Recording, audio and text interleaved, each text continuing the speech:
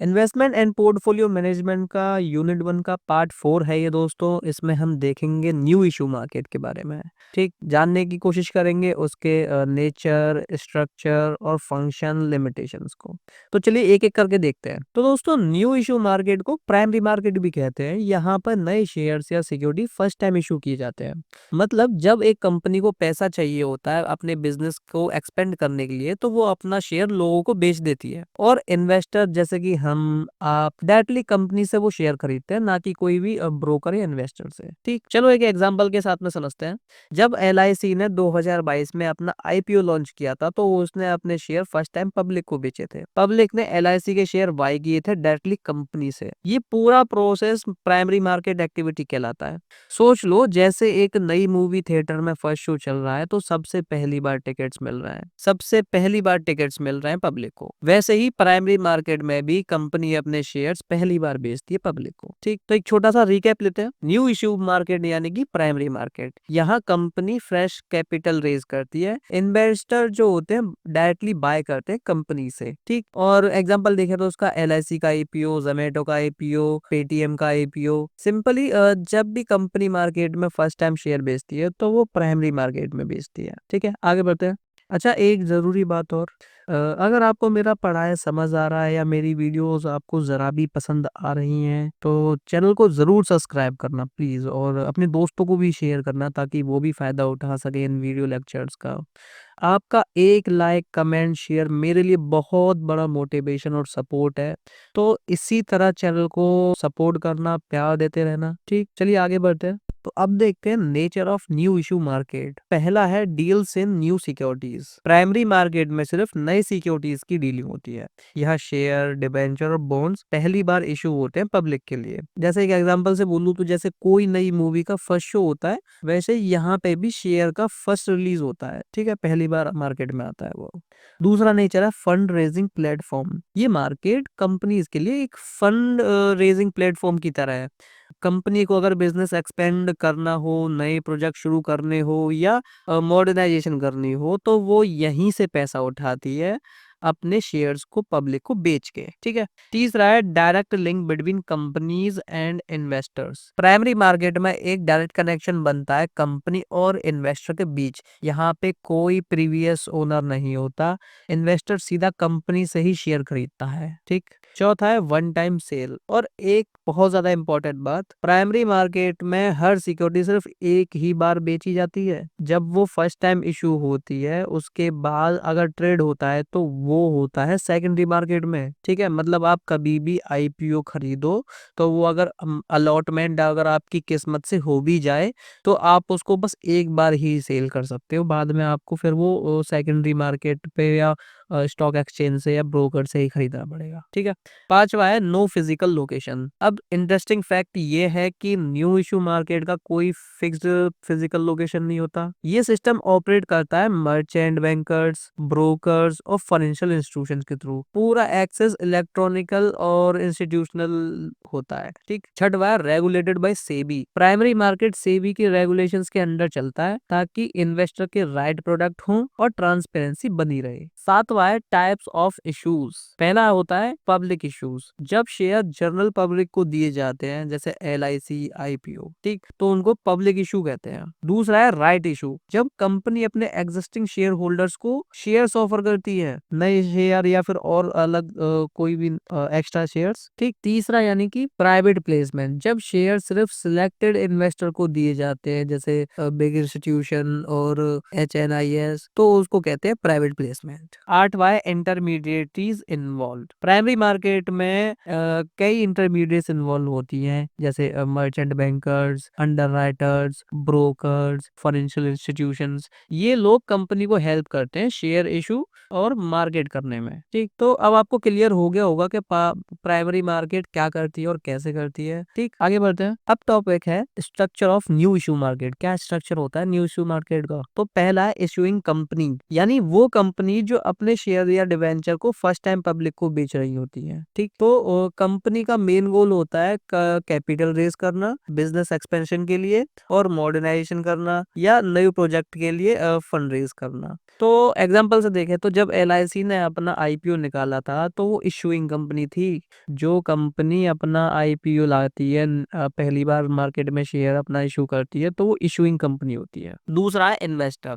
ये वो लोग होते हैं जो नए शेयर खरीदते हैं। इन्वेस्टर दो टाइप के हो सकते हैं, इंडिविजुअल इन्वेस्टर और इंस्टीट्यूशनल इन्वेस्टर्स। इंडिविजुअल वो होते हैं जैसे कि आप में, जो छोटी अमाउंट में सिक्योरिटीज बाय करते हैं। और इंस्टीट्यूशनल इन्वेस्टर वो होते हैं जैसे कि बड़े बड़ी ऑर्गेनाइजेशंस होती हैं, bank, mutual funds, insurance company. ठीक, तीसरा है इंटरमीडिएटरीज। इनको the helper of primary market भी कहा जाता है। ठीक है, तो जो कि पूरे प्रोसेस को स्मूथ बनाती है। तो पहला इंटरमीडिएटरी है मर्चेंट बैंकर्स। ये लोग इशू को मैनेज करते हैं, डॉक्यूमेंटेशन, प्राइसिंग और कोऑर्डिनेशन हैंडल करते हैं। दूसरा है अंडरराइटर्स। अंडरराइटर्स इंश्योर करते हैं कि अगर पब्लिक इशू पूरा सब्सक्राइब ना हो तो बाकी के शेयर्स खरीद लेंगे, मतलब कंपनी को मिनिमम पैसा मिलना गारंटेड होता है। ठीक, तीसरा है रजिस्ट्रार्स, ब्रोकर्स और बैंकर्स। ये लोग हेल्प करते हैं फॉर्म्स प्रोसेस करने में, अलॉटमेंट करने में, इन्वेस्टर से पैसा कलेक्ट करने में। ठीक, चौथा है रेगुलेटर्स यानी कि द वॉचडॉग। वॉचडॉग इंश्योर करता है कि सारी चीजें फेयर और ट्रांसपेरेंट रहे। तो पहला वॉचडॉग है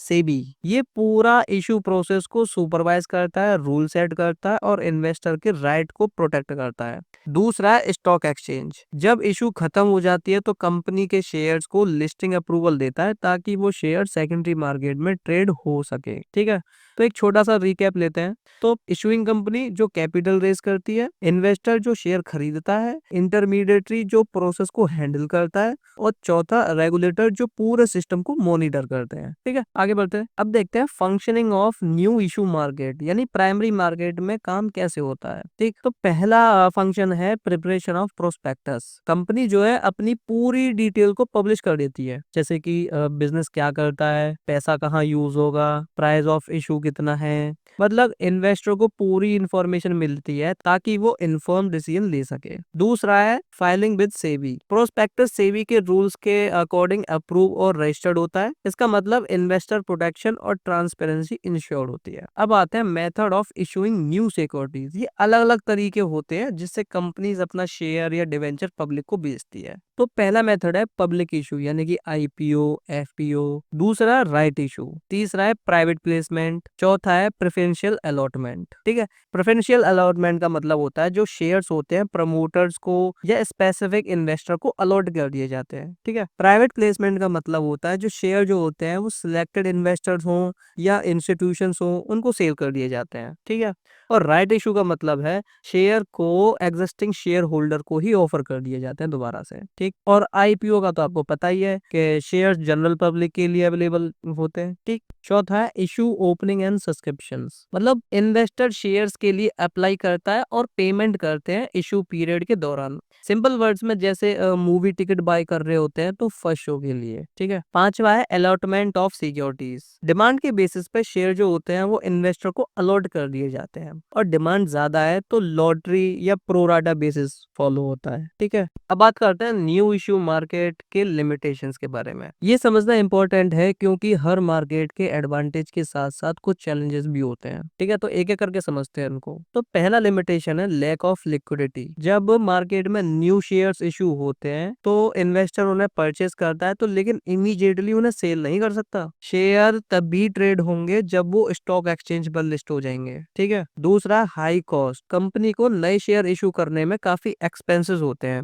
जैसे underwriting fees, brokerage, printing and advertising, SEBI registration charge. इसलिए प्राइमरी मार्केट का प्रोसेस बहुत ज्यादा कॉस्टली हो जाता है कंपनीज के लिए। तीसरा है limited access for small investors. Small investors के लिए एक्सेस लिमिटेड होता है क्योंकि बड़े इन्वेस्टर और इंस्टीट्यूशंस को कभी प्रेफरेंशियल अलॉटमेंट मिलता है और छोटे इन्वेस्टर को या तो कम शेयर मिलते हैं या कभी बिल्कुल मिलते ही नहीं है। चौथा है lengthy and complex process. Issuing securities का प्रोसेस लेंथी है और कॉम्प्लेक्स होता है। लीगल फॉर्मेलिटीज होती है, उसमें सेबी के अप्रूवल चाहिए होते हैं, डॉक्यूमेंटेशन होता है, तो ये सब क्या है ना, टाइम कंज्यूमिंग होता है बहुत, तो हर कंपनी के लिए इजी नहीं होता और डिले ही डिले होती रहती है। पांचवा है रिस्क ऑफ अंडर सब्सक्रिप्शन। अगर इन्वेस्टर इंटरेस्ट नहीं दिखाते तो तो जो भी शेयर इशू होते हैं वो अंडर सब्सक्राइब रह जाते हैं। अंडर सब्सक्राइब मतलब कि जितने भी उनका एक टारगेट होता है कि हमें इतना फंड रेज करना है, तो वो उतना अचीव ही नहीं हो पाता सब्सक्रिप्शंस जितनी उनको उम्मीद होती है, जितना वो एक्सपेक्ट करते हैं कि मार्केट से पैसा उठाएंगे,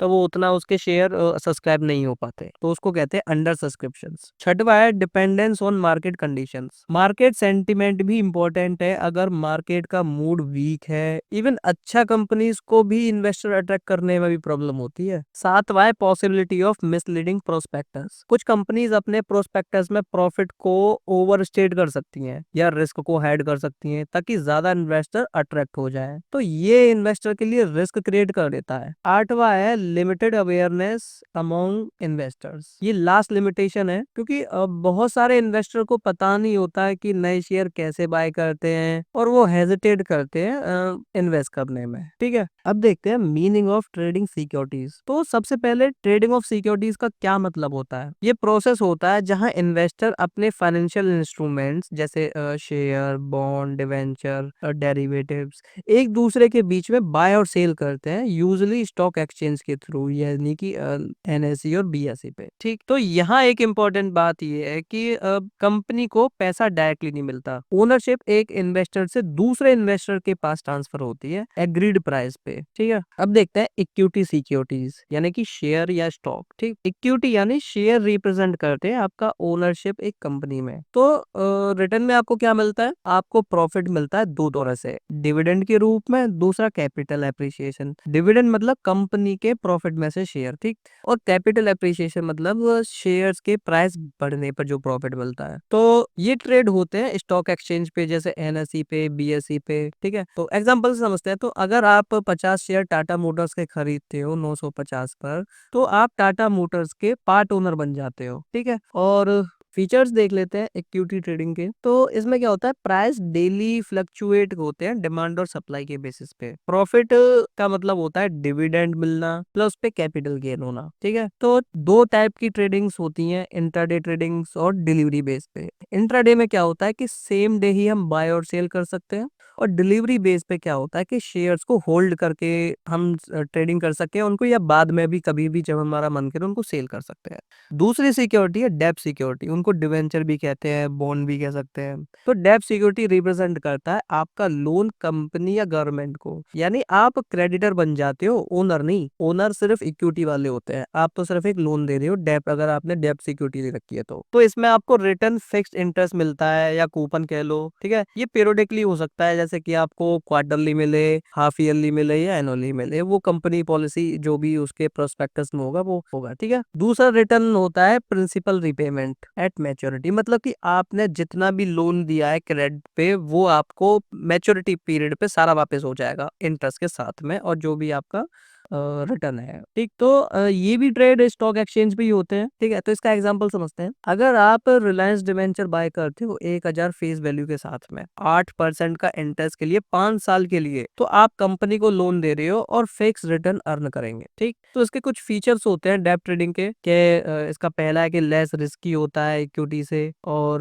प्राइस फ्लक्चुएट थोड़ा सा इंटरेस्ट रेट और क्रेडिट रेटिंग के बेसिस पे, प्राइस फ्लक्चुएट कर सकता है थोड़ा इंटरेस्ट और क्रेडिट रेट के बेसिस पे, और सेकेंडरी मार्केट में ट्रेड होता है मैच्योरिटी से पहले। ठीक है, आगे बढ़ते हैं। अब डिस्कस करते हैं सिक्योरिटी ट्रेडिंग्स और उसके टाइप ऑफ ऑर्डर्स जो आप स्टॉक मार्केट में यूज करते हो। ठीक, तो पहला है meaning of security trading. Security trading का मतलब है buying and selling of financial instruments जैसे शेयर, बॉन्ड, डिवेंचर। ठीक, तो ये ट्रेडिंग स्टॉक मार्केट के थ्रू होती है जैसे एनएसई और बीएसई। ठीक है, एग्जाम्पल से देखें तो अगर आप 50 शेयर खरीदते हो इन्फोसिस के किसी इन्वेस्टर से, तो उसे जब आप बाय बाय या सेल करते हो तो उसको ट्रेडिंग कहते हैं। ठीक है, तो उसमें क्या होता है, कुछ टाइप की ऑर्डर्स होती हैं, जैसे market order, limit order, stop loss order, stop limit order, go little cancelled, intraday या डे ऑर्डर, या फिर मार्जिन ट्रेडिंग या लेवरेज। तो चलो एक एक करके समझते हैं सबको। मार्केट ऑर्डर का मतलब है बाय या sell immediately at the current market price. Market order का मतलब है आप सिक्योरिटीज को बाय करते हो या सेल करते हो इमीडिएटली, वो भी मार्केट के प्राइस पे, जो भी करंट मार्केट प्राइस होता है। ठीक है,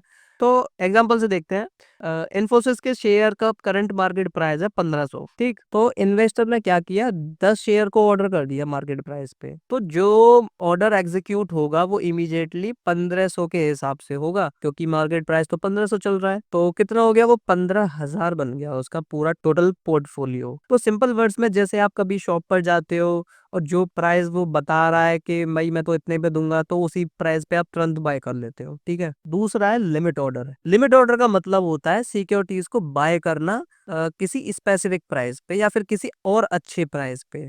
यानी आप कहते हो कि सिर्फ इतना प्राइस या उससे बेटर पर ही मुझे बाय या सेल करना है। ठीक है, तो इसका एग्जांपल से देखते हैं। अगर मान लो टीसीएस के शेयर करंट प्राइस है उसका 3200, अगर हम अपना ऑर्डर प्लेस करें 3150 पे, तो ऑर्डर तभी एग्जीक्यूट होगा जब प्राइस, जो मार्केट प्राइस होगी 3150 होगी या उससे नीचे होगी। ठीक है, तो सिंपल वर्ड्स में जैसे आप बोलते हो कि शॉपकीपर से कि सिर्फ 3150 से ही बाय करूंगा, अगर थोड़ा डिस्काउंट दे रहे हो भैया या प्राइस गिरा रहे हो तो ही ले रहा हूँ, वरना मैं नहीं ले रहा। ठीक, तो ये वो वाली बात होती है। अब देखते हैं स्टॉप लॉस ऑर्डर।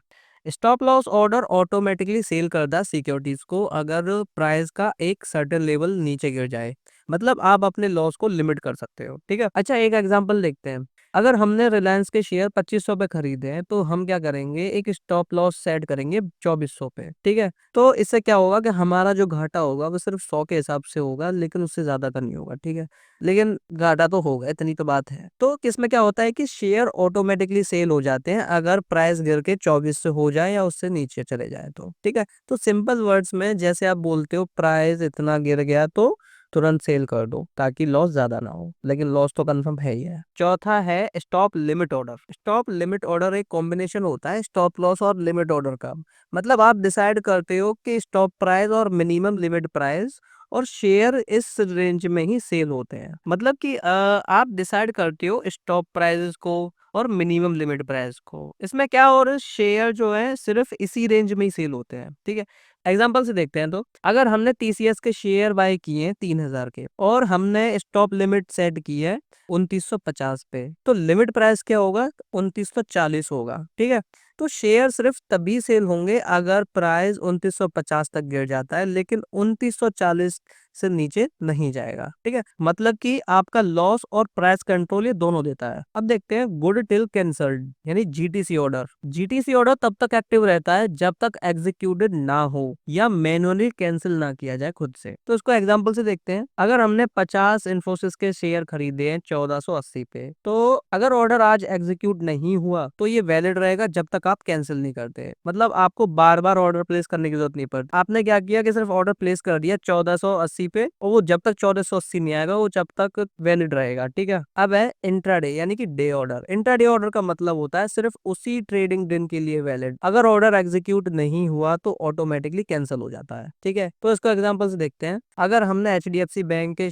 20 शेयर खरीदे हैं 1400 के, अगर ऑर्डर एग्जीक्यूट नहीं हुआ आज तो ऑटोमेटिकली कैंसिल हो जाता है। मतलब ये शॉर्ट टर्म ट्रेडिंग के लिए बेस्ट है। ठीक है, लास्ट है मार्जिन ट्रेडिंग या लेवरेज। मार्जिन ट्रेडिंग का मतलब है अपने पास जितना कैश है उससे ज्यादा के शेयर बाय करना या फिर बोरो करना ब्रोकर से। तो इसमें क्या होता है कि स्मॉल कैपिटल से बड़ा एक्सपोजर है लेकिन रिस्क भी ज्यादा है। ठीक है, तो इसको एग्जांपल से देखते हैं। अगर हम 100 शेयर खरीदना चाहते हैं 1 लाख रुपए के, लेकिन हमारे पास में सिर्फ 50,000 है, तो ब्रोकर क्या करेगा, वो हमें 50,000 दे देगा, 50,000 की हमें मार्जिन दे देगा। ठीक, तो सिंपल वर्ड्स में जैसे आप छोटे पैसों से बड़ा ट्रेड कर रहे हो लेकिन रिस्क डबल हो सकता है, तो इसी को क्या कहते हैं, मार्जिन ट्रेडिंग कहते हैं, लेवरेज कहते हैं। अच्छा, वीडियो ज्यादा लंबी ना हो तो इसलिए आज के लिए सिर्फ इतना ही, बाकी का कवर करेंगे हम नेक्स्ट वीडियो लेक्चर में। और चैनल को प्लीज लाइक करना, सपोर्ट करो, अपने चैनल को अपने दोस्तों को भी शेयर करो। जब तक के लिए गुड बाय एंड टाटा।